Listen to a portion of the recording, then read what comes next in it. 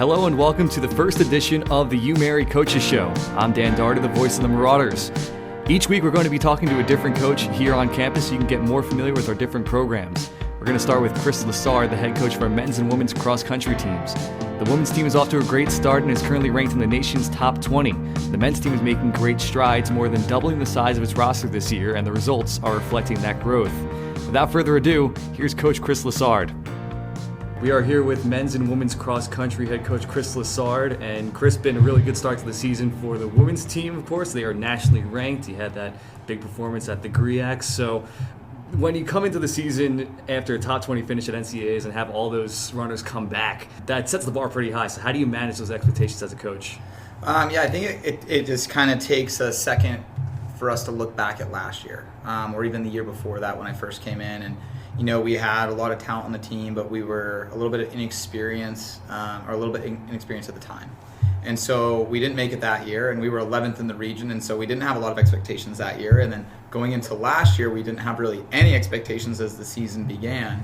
And we went to our, first Moorhead meet, and we won that one. We're like, okay, not exactly surprised, but, that's a smaller meet. Then we went to GRIAC last year, and we got second there, and I was like, this is kind of a further push needle than I would have expected it, at the time, especially with the same ladies that had been there the year before.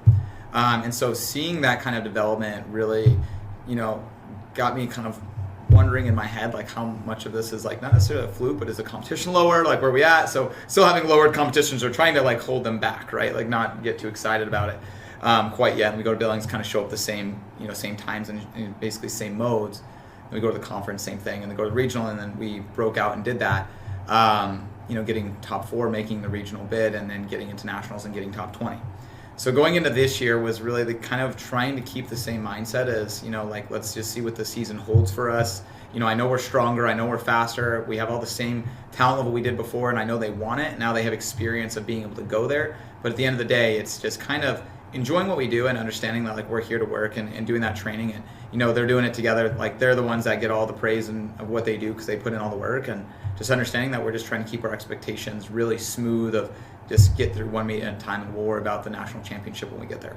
And does it feel like there's a target on your back at all this season? It does a little bit, just because of the big, I think, jump that we had. And UMary's been a nationally ranked program for a long time, but going from a new coach that was probably the first coach to not have a nationally ranked program for probably 15 years, to then being able to get it back in, I think that there's a little bit of a target of like, what is this team really going to do? And they're bringing back everybody, and you read all these other, message boards and things like that, and they're like, okay, well, they have experience now, they bring back everybody.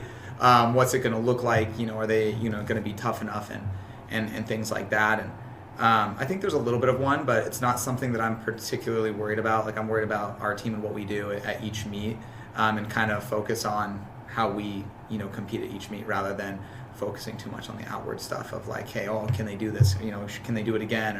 Or, we got to beat them or this, that, and the other. And, a lot of teams at those levels, they've got those targets. And so for us, it's just kind of learning to vibe with what we've always done and just move forward with it.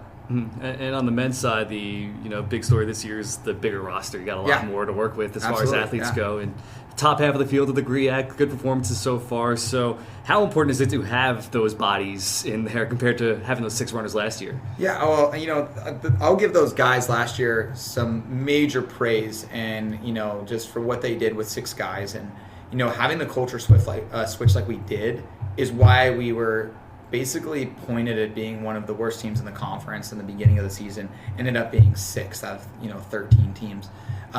It was the culture. It was a culture switch. It was the hard work that they put into it and wanting to be more, wanting to be better, with a bunch of guys that on paper coming into the season shouldn't have been able to do that, at all. And so it was them just really honing down on each other and leaning on each other to make it happen. And then coming in this year with so many more guys, getting in, 9 freshmen and 1 transfer. I mean, going to GRIAC this year, and it was the best GRIAC meet that I've had for the men since I've been here, showing, and it shows that we're moving up the ladder and, being, kind of in the range of like, okay, we're kind of gearing towards, with a lot of freshmen, still lost 2 of our top guys from last year that graduated. Okay, we're going to go for that top 10 spot in the conference this year initially until we see some change. and then we were 5th in the conference at the GRIAC meet with almost our entire conference there. And so that showed a lot about who we still are and how much that culture is still rolling forward and adding the extra bodies, but not only just bodies, but the right bodies and the right guys to be here that really want it and want to succeed and do it together.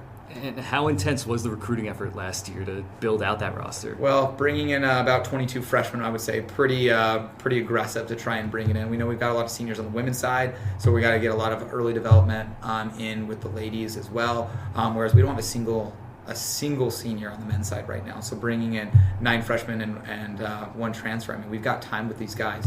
So now it's going to be, less of a numbers game and more of like, okay, can we get some more, bang for a buck kind of thing, with some smaller numbers, but people are maybe a little bit more impactful as well, along with all the guys that are learning and adapting, and, they're not going to let anybody just come in and push them around, like they know that they want to fight for it. So it was aggressive last year, but it's worked out. Mm-hmm.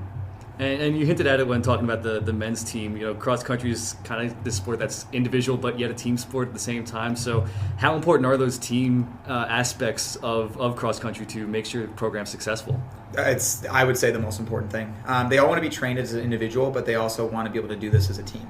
And so it's my job as a coach to give them that individual training so each person can get better where they need to go. But it's all of our jobs to make sure that we can do it as one holistic team. If we can't do that, then everything divides and we can't go out there and run for something more than just ourselves, and then we fail. So building that culture of what a whole team is supposed to be and how to do it is the most important thing that we can have. And I think that that's something that's really changed is we have that now, and we're going to continue to let that ball roll so that as it keeps going, other people are going to see that, more recruits are going to see that, more teams are going to see that. And not only with just the women, but I'm looking to see this men's team be a little targeted here in the next couple of years as well. And what's a good example of something that's happened this season that's an example of that team chemistry? Oh, gosh, that's tough. I think just, coming into the season, it was funny. The guys did this crazy thing when we went on a preseason trip. We've had, little groups here and there, in the past, but this year it just, seems like one whole movement. But we went to our preseason camp this year, and they all got off of, we had a 25-passenger bus and a 35-passenger bus. I was driving the ladies one because there's just 22 women, so I'm driving the bigger one, and we had one of our assistants that was driving 25, and all the guys get off for one of our longer runs that day, and they all get off in just a full pink getup that they got from, I think, Walmart, and it was the most wild thing I've ever seen, but it just showed that they're all in this together, and and some of them, kind of had some phase about it, like who knows what was, this day was going to hold, but it was awesome and hilarious all at the same time to be able to see that they're combining together to do something just so funny, but be able to go to work and be able to do it the way that they need to as a culture and say, hey, we can have fun, we can enjoy this as a team, but we can also work really hard. And I think that's something that we've really put together is both sides of that coin, is being able to have a lot of fun, but then also really work hard to continue developing and basically climb the ladder of the conference. Mm-hmm. And for those less familiar with cross country and how it works as a sport, what's the week leading up to a meet look like? And imagine that workload to make sure you're at your full potential on Saturday or Friday. To be completely honest, right now in this part of the season, everything about our season is phasing. We only get one chance, really, maybe 1.5 chances to really pull back on training to be able to run the best that we can, and that's going to usually be at the regional and national level. So for us, we're training through everything. We're still training hard. We're still in the weight room twice a week. We're doing everything that we would normally do on any given week, even leading into the meet this weekend down at SDSU. We're still training through. So we're not looking to lighten the load to be able to just race really well this weekend. We want to go out there and we want to be able to race through everything that we've been doing, through the soreness, through the fatigue, and they will, just like they did at GRIAC. We didn't lighten the load at all for GRIAC. We had the individual champion on the ladies' side. We didn't lighten the load for her at all. She went there and she crossed the line, and I knew she was tired and fatigued. She goes, "That was one of the easiest races I've ever ran." And it's just great to be able to hear that we are still training through, and they're just that strong that we're getting through all this, as a team. And once we get to that point, we're going to really push it. Mm-hmm. And this weekend, you mentioned it, SDSU on Friday, Minot on Saturday. So what does a week look like for you as a coach? It's going to be a long weekend. We got to drive all the way down to SDSU on Thursday morning. We'll be there for kind of a pre-meet in town, get some dinner that late night, have a couple team meetings before going in the next day. We don't actually race until the evening on Friday now, which I was a little bit surprised by, I can't lie, but, going into, we're ready for an evening session anyways, because we practice pretty much in the late afternoon evenings. We get to drive back that night. We'll be back really, really late, about 3 a.m. I'll get about 4 or 5 hours of sleep and get up and take the next group up to Minot the next day and race around 2 and 2:45. Have a good meet for everybody else, and then bring them all back. And what are you hoping to see from both those meets? We're only going against, as of right now, we're only going against D1s from the summit against SCSU. So I want to really see where our team on the national level, on the women's side, stacks up to teams like them against NDSU, SDSU, and UND, to really see like how far along we are and how well can we compete against these, really good D1 teams. And like they got some needle movers, so I want to see, how some of our top 3 can really handle it, how our midsection, can battle back mid-race and see what they can do. And I want to see our men. I want to see, some of our top 3 that's really up there right now is low sticks. How well can they compete with some of these men to be low sticks in the conference championship? And how much can our middle section of our guys really go out there and hold steady to what we know is the best racing style that we do, and it's worked in the past, to be able to see if they can do that even in a setting like this, so we can learn and adapt as we're 3 weeks out of the conference championship. Going to Minot, taking a lot of our kids that we're developing, we're getting out there and giving them another opportunity to see what they can do and keep proving to themselves that they're getting faster and better every single day, and just keep giving them the opportunity to keep doing that same thing. Yeah, next week you're back at home at the Dowell Dam to wrap up your regular season. So what's the benefit to racing at home? Not traveling, just staying home. We have a great cross country course, that like a lot of people don't really even know about. Like it's only built literally for cross country. Only it was made for that purpose. It's a place that we're literally going to go do a workout today. And so it's just great to be home and be able to kind of be on our home turf and say, hey, like this is what we know best, and just be comfortable at what we do, not travel far and get their legs tired or the mind tired from, just a weary travel, but just be at home and have people come to us for a change and really compete against the ones that want to be here. And looking at the season on a grand scale, like where would you say the team is at, or how close is the team to being where you want it to be for the NSIC championships? I would say we're really close for the NSIC. We're, I would say, about really 2 weeks out from me being able to hone down on the exact particulars on each individual of where they're at, like as an individual going into conference. But right now as a team, I would say we're really close to being about where we need to be training-wise to be able to compete at the levels that we've set our goals out for this upcoming season. But individually, I would say about another 2 weeks to get where we want to be, make sure that we're completely healthy, make sure we're strong enough, and we're going into it with the right dimensions and saying, hey, like this is what our specific goal is, and we're going to hit them. Perfect. And, we'd like to wrap it up with this. How can people support your program?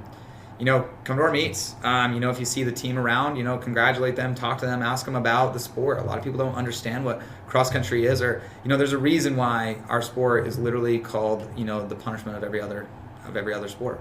Running is the punishment for everyone else. For us, it's what we do, and it's how we thrive and how we live. So ask about it. Talk about it, figure out what it is, come talk to me as a coach and, ask about what, there is about our program that's different than others, or about what's different than, any other sports. All sports are different. They're all hard. None of them are easy. So just, I'd say education is the first step. All right, Chris, thank you for joining us on the UMary Coaches Show, and good luck this weekend. Yeah, thank you. Appreciate it. Thank you for listening to the UMary Coaches Show. Follow our social media channels and our YouTube page for new episodes on Wednesdays, and head to goumary.com for all of those links. Go Marauders!